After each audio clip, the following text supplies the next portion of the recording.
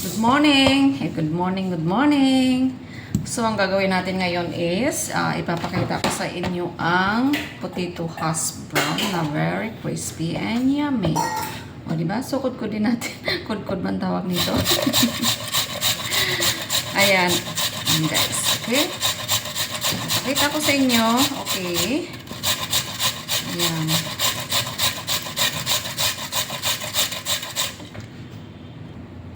So, ayan guys, tapos na ang potato natin. So, ang gamit ko dito na potato is rosette potato. So, ayan. And then, isunod natin ang sibuyas. Ayan. Okay. Kuskus. Mikos. Ayan. Ayan. Ay, tingin-tingin sa kamay. Nako. Huwag mong kuskusin yung kamay mo. Ayan. Hirap pa naman magtrabaho guys pag may sugat ka sa kamay. Alam mo pag, lagi kang nasa tubig or basta mahirap. O diba? Alam nyo na yan. I no need for me to explain. Kasi baka lalong makugkod ko yung kamay ko. So, ayan. Kudin muna natin ang isang sibuyas. Okay. Ano ko muna to kasi, ayan, naiyak na ako sa ano. So, ayan, naiyak na tayo sa sibuyas. Okay? So, tapos na, nilagyan natin siya ng tubig at hugasan. At i-squeeze natin dito sa kamay natin. Ayan siya, guys. Okay? Ayan, squeeze natin.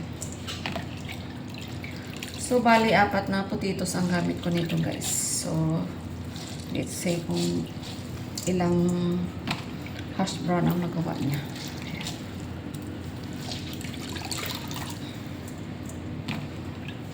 Ayan.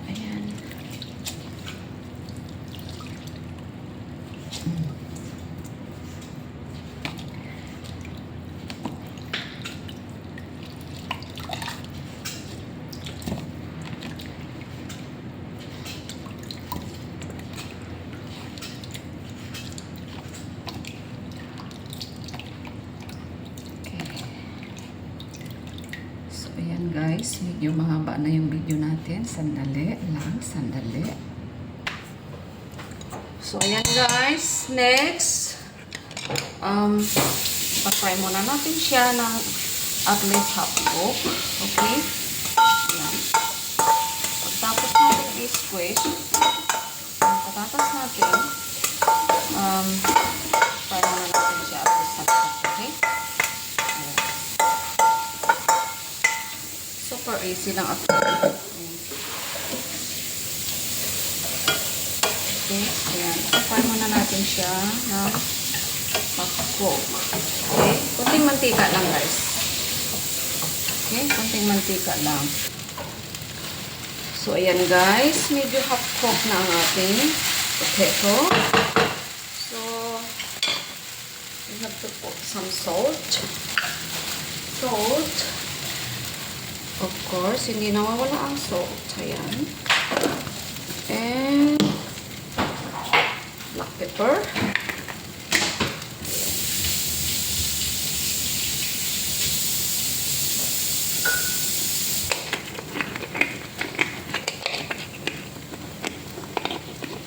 Oh.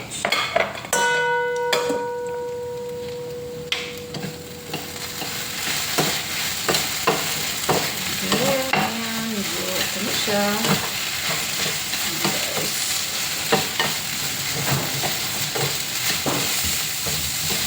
Alam nyo guys, hindi ako makaluto na walang chopstick. Mas gusto ko meron akong hawak na chopstick sa kaliwa. Oh, parang may something missing. Wala akong hawak na chopstick. So, okay na yan muna. So, ito na guys. Nalagay na natin sa ating bowl. Maglagay tayo na yung cornstarch. About 3 tablespoons. Ayan. And haluin na naman. Haluin natin siya ulit. Ayan siya guys. Ayan. Haluin natin. Ayan.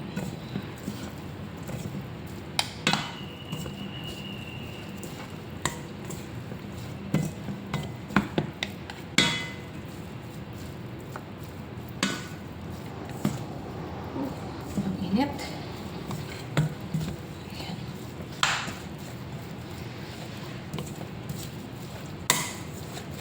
Init guys. So, ayan guys. If kaya nyo na ang kaya nyo nang hawakan, so pwede nyo na siyang i-form ng oblong at saka round. Okay? So, ayan pindok. Kaya ko nang hawakan. Ayan siya.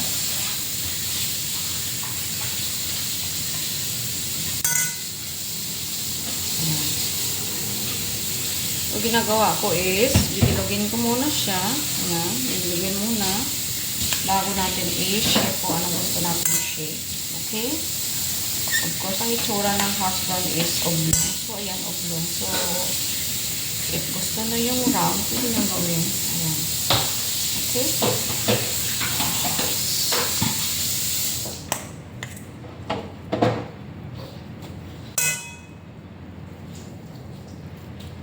Ayan nga na ipindot kadali. Okay. I-post lang na eh. Sandali lang guys ha. So ayan na guys, ang come out ng ating hash brown, yung kanina, yung ginawa nating round. So ayan, pagagandahin natin kasing ganda nyo dyan sa mga nanonood. O diba guys, pagandahin natin. O diba? Ayan, yung talagang looks original potato hash brown siya. So ayan. Diba? So, kailangan maganda at saka neat. Ayan. Okay? So, and then, ready to fry na ito siya. Okay? So, bahala na kayo kung anong shape ang gusto nyo at ang size. Kung maliit or malaki. So, nasa sa inyo na yan. Pero, mas okay yung medium lang kasi hindi kayo mahirapan fry mamaya. Okay? So, ayan. Alright. Magpa-fry na tayo. So, ayan guys. Magpa-fry na tayo.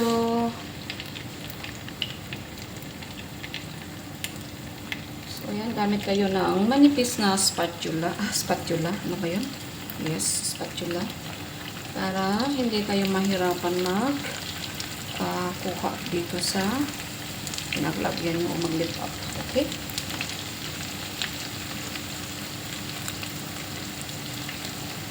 Ayan.